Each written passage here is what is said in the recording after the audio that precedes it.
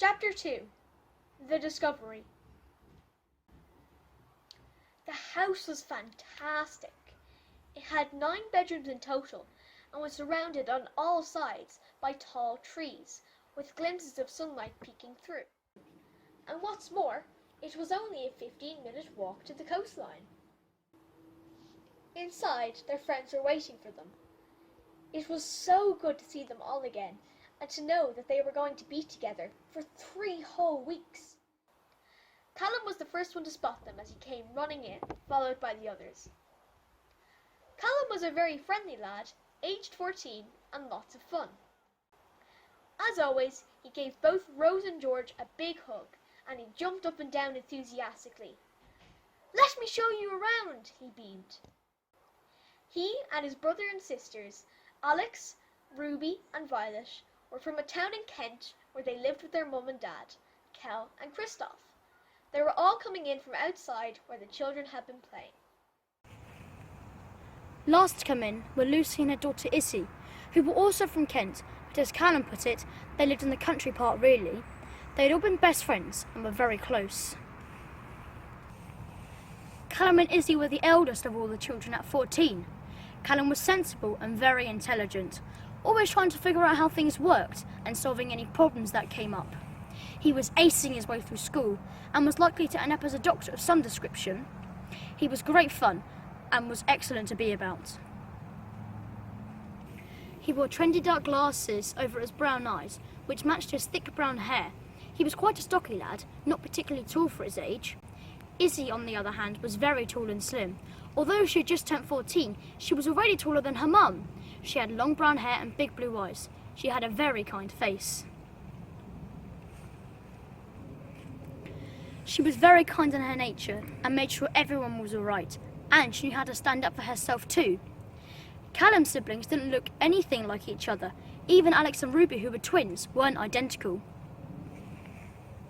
Alex, 12, was the eldest twin by 3 minutes, and both he and Ruby had fair hair, almost blonde. While Alex had brown eyes like his older siblings, Ruby had bright blue eyes. Alex was quite a timid character and spent a lot of his time playing by himself, whilst Ruby was very outgoing and had lots of friends that she was always playing with, which was exactly what she was doing right now. Violet was the next eldest. She was 11 and had very dark features, thick black hair and dark brown eyes. Violet was very independent, and her mind was very advanced for her age. The phrase "wise beyond her years" was something the adults always said.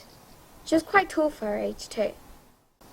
They were all eager to explore the house, and so they all ran off with Callum leading the way, leaving the adults behind to talk about, well, whatever it is that adults talk about. Every room was huge, and there were so many rooms and beds to choose from. It was just too exciting.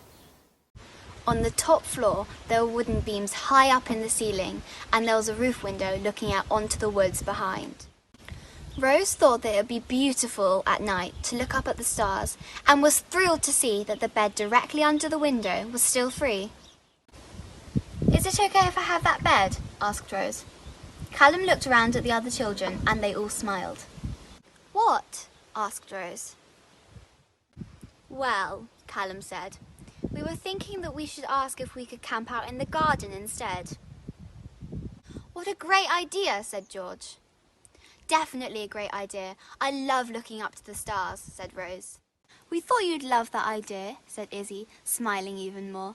"Come on, let's go and show them the grounds." "We have probably got a couple of hours to go for a bit of exploring too before dinner," Callum shouted.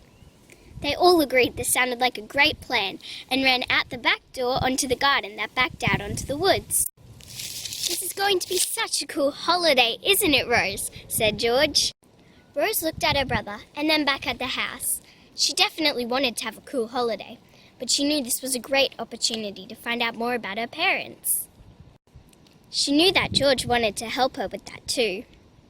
But now was not the time to remind him.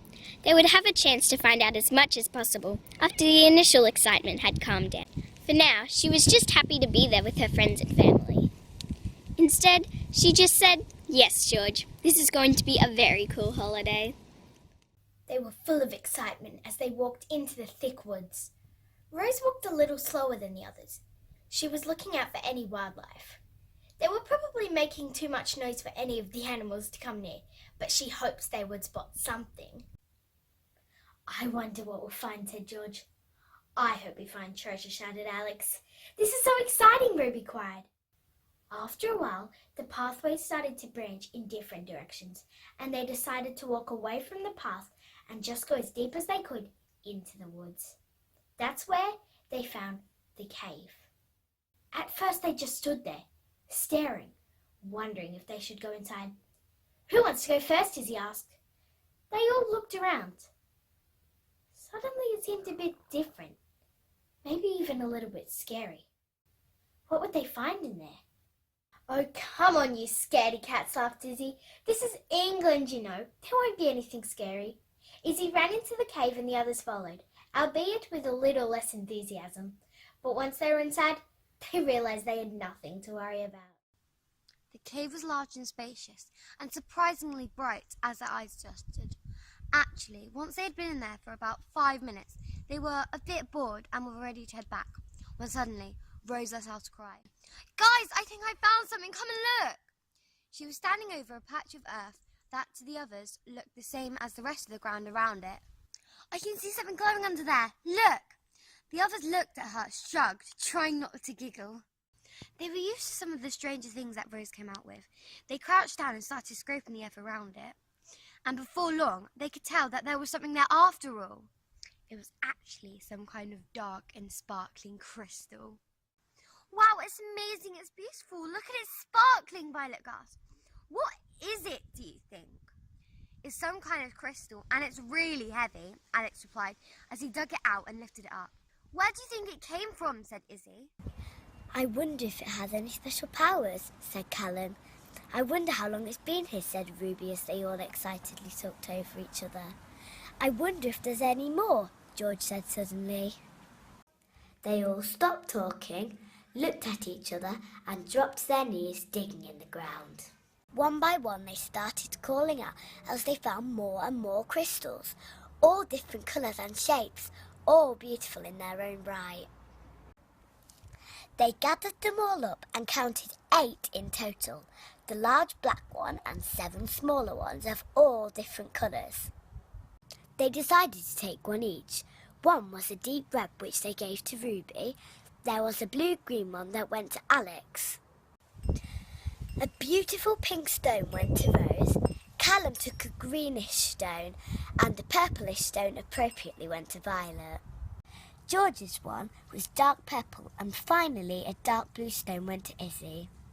I wonder what's making them glow like that, said Rose. What do you mean, glowing? Asked Izzy. Can't you see them glowing? No, they're not glowing, Rose, Izzy replied, and they all giggled a bit this time. They couldn't help it. Rose had such a vivid imagination. The thing is, they really were glowing. It was just that the others couldn't see it. Only Rose was able to see them coming alive. What she couldn't see was that on top of her head, her tiara had also lit up. It shone so brightly, but none of the others could see that either, nestled into her thick blonde hair. They had all fallen very quiet for a few minutes as they sat there examining the beautiful treasures that they had found. They all agreed that they would keep what they had discovered a secret from their parents for now, and that they would hide the crystals once they got back to the house. We should hide the black crystals somewhere in the garden, Alex suggested. They all nodded and started to walk back towards the house to clean themselves up, ready for dinner. Once back at the house, it didn't take them long to clean up, and they headed out into the garden for their first feast of the holiday. They had such a great time and ate their weight in jacket potatoes, burgers, and marshmallows. Anthony decided to give them all a great history of the area and all of the adventures and activities they had in store for them. He explained that the woods were full of lovely animals and wildlife, but that it was perfectly safe. They would spend lots of time exploring, and that there were many interesting things all around the area, and even some caves they could explore. The children exchanged excited glances.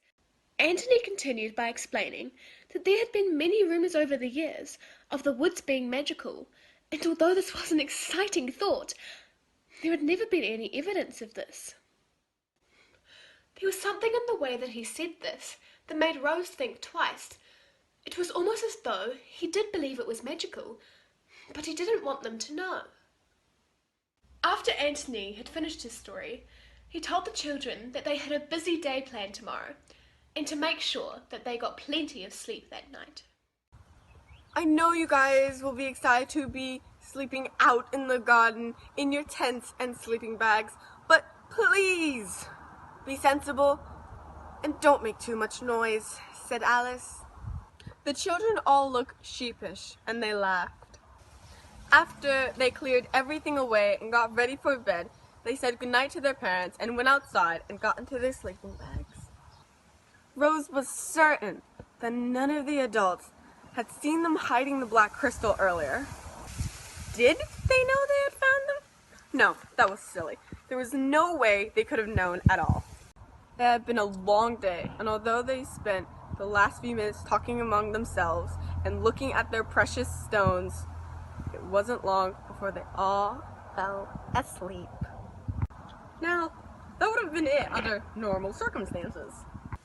If this was just a normal wood they had walked through, and if they just found a normal cave with normal crystals. But the truth was, it was not a normal wood. It was not a normal cave, and the crystals they had found most certainly were not just any old crystals.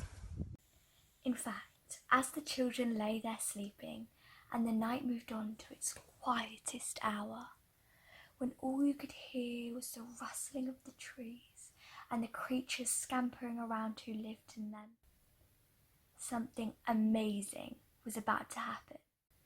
A soft glow appeared from the corner of the garden. It was coming from the black crystal. It started off small and barely noticeable, but soon the light coming from it was unmistakable, and it was growing bigger and bigger by the minute until it covered the whole garden, engulfing all the children in its soft white light. One by one, each of the crystals from the children's sleeping bags began to glow, their light matching the colour of all the different crystals, covering the children. Gradually, inside each light, the shapes of different animals started to appear. First, an eagle unmistakably appeared above Violet's sleeping bag. Then, there was a butterfly above Alex's. Next, there was a dolphin above Ruby's. And there was a deer above Izzy's, and there was a duck above Callum's. Finally, there was a dragon above George's, and a horse above Rose.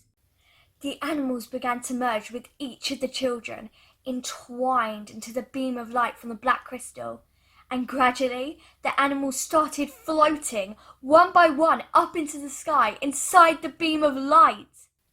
Around the garden, the light faded, and the children still seemed to be laying there sleeping. But at the same time, they were being carried off, each one inside a fantastic animal, speeding up through the tunnel of the light and heading into the unknown.